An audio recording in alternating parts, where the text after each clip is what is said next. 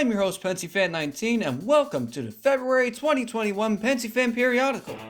This is a monthly news series which covers most of the major railroading headlines from around the world, as well as my opinions on them. We have a lot of articles to go over today, so with that in mind, let's get rolling. First off, might as well acknowledge that there is a lot going on in California at the moment. And no, I'm not talking about the Siemens Chargers that entered service on Coaster, thus making my December 2020 Pensyfan Periodical wrong, or if they repainted their existing Coaster cab cars into their new livery, which is at least a bit more interesting than the ones proposed. I must say, it's good that they refurbished some of the existing coaches while waiting for the new Lamar Gen IX cab cars and coaches, but that's besides the point. I'm talking about the large amount of development with the California High-Speed Rail project, specifically with the large amount of changes resulting in cost overruns over $800 million and starting date pushbacks for the first phase in 2023. This starting date isn't too bad, but one of the most alarming aspects in this story is that most, if not all, of Phase 1 is to be single-tracked! Even though this is only for Phase 1, this would still be extremely inconvenient for any service on the Central Valley route as a result from budget cuts from the COOF. The authorities said that this would be done with passing sidings in order to keep their intended service and frequencies and travel time instead of double tracking the route and reducing some of their frequencies, but I personally suggest doing the latter since having numerous high-speed trains diverting the sidings waiting for ours to pass will result in a large amount of traffic and ultimately increase travel times by hours. That's one of the main reasons why most Amtrak trains are delayed, since they share a single track's main line with freight railroads who have priority over the passenger railroad, with most of these regions being in areas which could easily support 2 or more tracks. And in terms of double track or increased frequencies, go for the double track, since even if there's only 2 or 1 scheduled round trips a day, people will still use the rail line, especially in a region as densely populated as California. Some of the Fallen Flag's most famous profitable passenger routes back in the day only ran once a day, and they still made money since they were on time and reliable. Additionally, the entire future of this project is in the hands of an upcoming vote from the state legislature, which will determine how much or how little funding the project will receive. This also goes back to what I mentioned earlier about having private corporations such as Brightline run intercity and high-speed passenger trains, as they will receive a much larger amount of funding from private investment than what the government may have planned. This isn't necessarily due to the government not caring about the project, but rather they have to consider it with every other agency which the government has to fund, whereas private investors can mainly focus on the rail project. A similar example of this would be the privately funded Texas Central High-Speed Railway between Dallas and Houston, which, even though it had some roadblocks, is better funded and planned than in California, which has been through funding debates for decades. With all that out of the way, Lionel is making a Joe Biden SD70 ACE while MTH is making a Trump 2024 SD70 ACE. Charlotte, North Carolina is interested in commuter rail service along the proposed Red Line to Mount Morrey. Ohio is interested in the passenger route between Cincinnati and Cleveland, with Hamilton and Oxford as possible stops along the route. The Australian Railway Association has released a 3-step plan to improve rail service. Sri Lanka is to produce their own rolling stock within the nation. Alstom is making different hydrogen-powered trains for numerous regions in France due to government support for the project. BNSF has placed their snow coaches into service to transport workers during snowstorms. These cars would be great for longer short distance if the rail were to run their own passenger service. Just saying. Hitachi is making Renaissance artists proud by testing a battery-powered LRV in Florence, while Brno and Helsinki are to order Skoda LRVs. Mount Pilatus Railway is to modernize their fleet. A Nevada bill can allow tech companies to form their own governments. Saudi Arabia has approved the merger of Saudi Railways Organization and Saudi Railways Company. A proposal has been drafted to build a new air train at Newark. Euskotren is to order more CAF train sets, while Singapore's LTAs has ordered 2 car sets. ScotRail Class 320s are to be overhauled. GV E400 series DMUs on the Gono line have replaced the Kiha 40 series, while JR has ordered 315 series DMUs. CAF is holding a vote to choose one of 4 liveries for their SNCF Comfort 200, and similarly, Transport for Wales is holding a vote for a charity to be painted on the DVT. OBB and Siemens have released the design for their Nightjet fleet, while the Austrian Railroad made 1116-276 their ambassador for the Year of the Rail. CNN has stated that the laughing emoji isn't cool anymore. PKP has ordered small shunters. LNER V2 Golden Arrow has been moved to the Doncaster Works Railway Museum with C1 class number 251. Albanian Railways is to be modernized, and East Midland Railways has repainted 43102 into an intercity livery to celebrate the Class 43's retirement on the railway.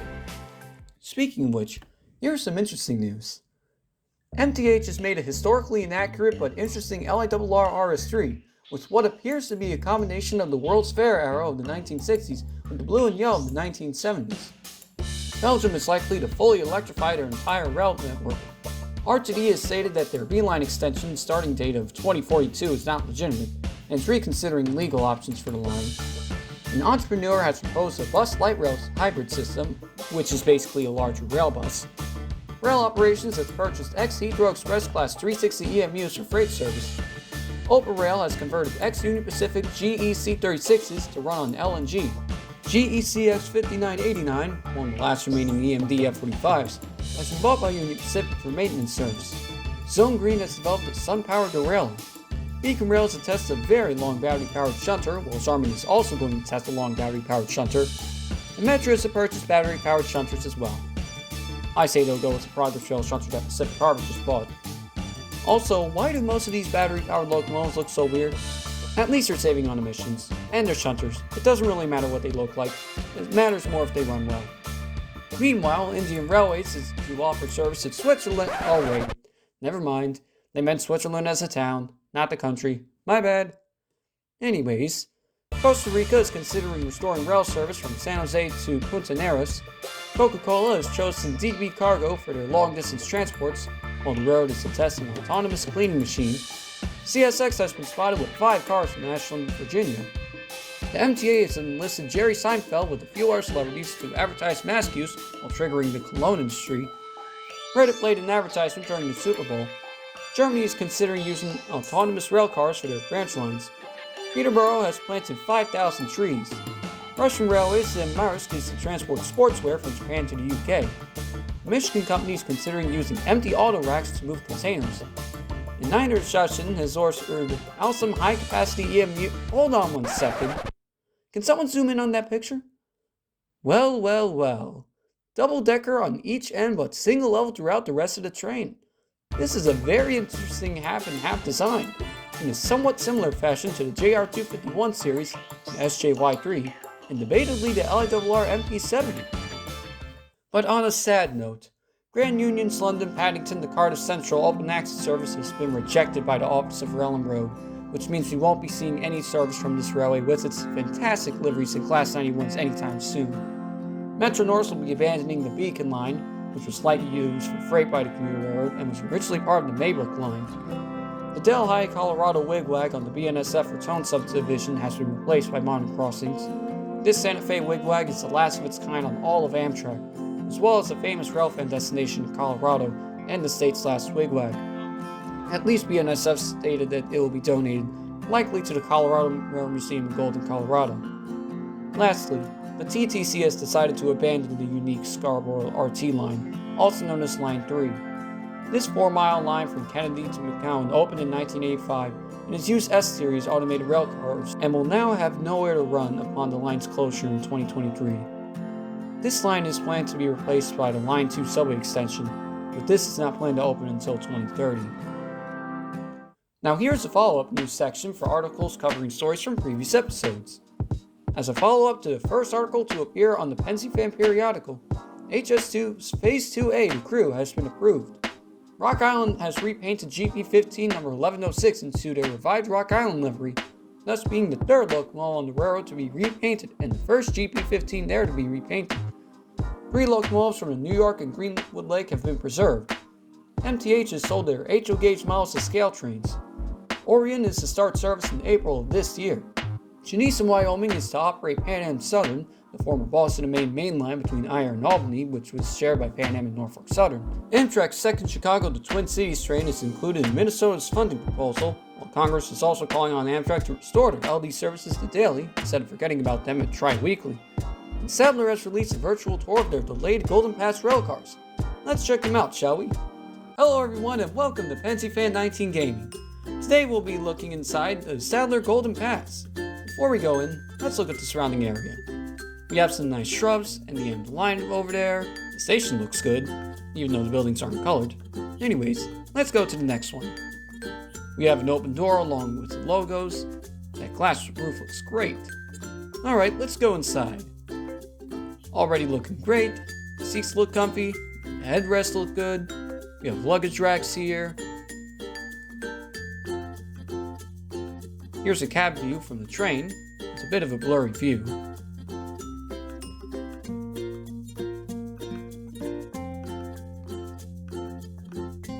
Here's a closer view of the cab with a few of our details. I think we're in first class.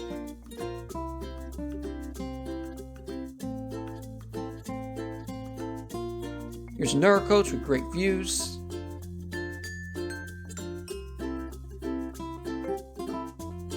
And that's it. Great review overall of this train. Back to the news. Up next is the station upgrades portion for proposals, construction, and openings to stations around the world. For this episode, we have the MBTA with its station consolidation project combining BU West with St. Paul Street and Pleasant Street with Babcock Street into Amory Street Station and Babcock Street Station respectively. There's also London Victoria Station, East Linton, Whitehaven, Pamela and Elthorne, Camden, New Jersey, Motherwell, Tottenham Court Road, Linwood, Washington, Romford, Wolverhampton, Abergale and Pensarn, Reston, Alexandria, Virginia, New Delhi, and Portland, Maine. This station is to be located at the site of the former Portland Union Station and will have better access to the rest of the route to Brunswick and hopefully beyond. Maybe a full restoration of Bangor? In other news, FDC has ordered custom-built DMUs from Stadler. The 125 group has purchased a Class 43 and 2 Mark III coaches. CD has placed an order for PESA DMUs while they repainted their X4E 627 into a sharp red livery, which greatly contrasts from CD's traditional blue and white. Brandenburg is to receive Skoda trams. Chuck Schumer has stated that Biden's infrastructure plan can fund the subway extension to southern Brooklyn, specifically for the Utica Avenue subway extension. The Grand Canyon Railway is to run steam for summer 2021 excursions. The Rosa Linear will be added to Train Sim World 2. Purdue, Georgia has opened the Railfan platform near a diamond. LNER's destinations have been voted the best views in the UK, while Greater Anglia has been nominated Train Operator of the Year. A roller coaster in Saudi Arabia is to travel at 155 miles per hour, which is faster than some high-speed trains nowadays. A Great Northern Caboose is to be rebuilt from the frame up, while the Fort Wayne Railroad Historical Society has recently restored their Wabash Caboose. Shift Rail has unveiled an automatic track maintenance unit. Stadler Euroduals have arrived for VTG, while TMH has delivered their TEM-18DM to Mongolia. ViaRail Siemens chargers have been built and will start testing soon. Talgo Avrail high-speed train sets have started testing on Renfe. British Rail Class 69s have started testing along with Class 777s. Stadler bi-level EMUs are being delivered to the Transportation Testing Center in Pueblo, Colorado for testing. Stadler is testing their flirts for S1 Hanover and Go Ahead Bayern. Arrow Commuter Rail is also testing their Stadler Flirts, as well as Tenrod testing their variant of the Stadler Flirt, and the Pikes Peak Hog Railway is testing their equipment from Stadler, all of which in their home company in Switzerland. Looks like they're doing pretty well with testing so far. After all that, it is now time for this month's Meme of the Month. This month's Meme of the Month is the Council of Southern Pacific. And now, the top story of the February 2021 Pensyfan Periodical is Amtrak to start Gulf Coast service in 2022. After years of planning and debates, this route is being operated by Amtrak between New Orleans and Mobile, Alabama, thus bringing back service along the Gulf Coast since 2005. What makes this story interesting is that Amtrak is notifying the freight railroads that they're restoring service, even though the study on the route technically isn't complete, although most finds and interest seem to be pointing towards its approval. Other than a few minor improvements along the route, the Gulf Coast Limited will be restored for the third time, serving as a much-needed regional route in the New Orleans region, an area which has historically seen numerous southern long-distance routes, but not much intercity or regional. This is also continuing a service along the Gulf Coast, which used to be served by the tri-weekly Sunset Limited from Los Angeles to Orlando and Miami, which has been suspended since 2005 from Hurricane Katrina, and host railroads refusing to adjust the tracks for passenger service. There are also talks to eventually expand this service all the way to Jacksonville and fully restore the route which the Sunset Limited left behind, along with a few other routes in the south, but this is certainly a great start. Another thing to note is that since the route was suspended in 2005, nearly all of the passenger infrastructure still exists, including the stations which will be utilized, which probably explains the project's close starting date.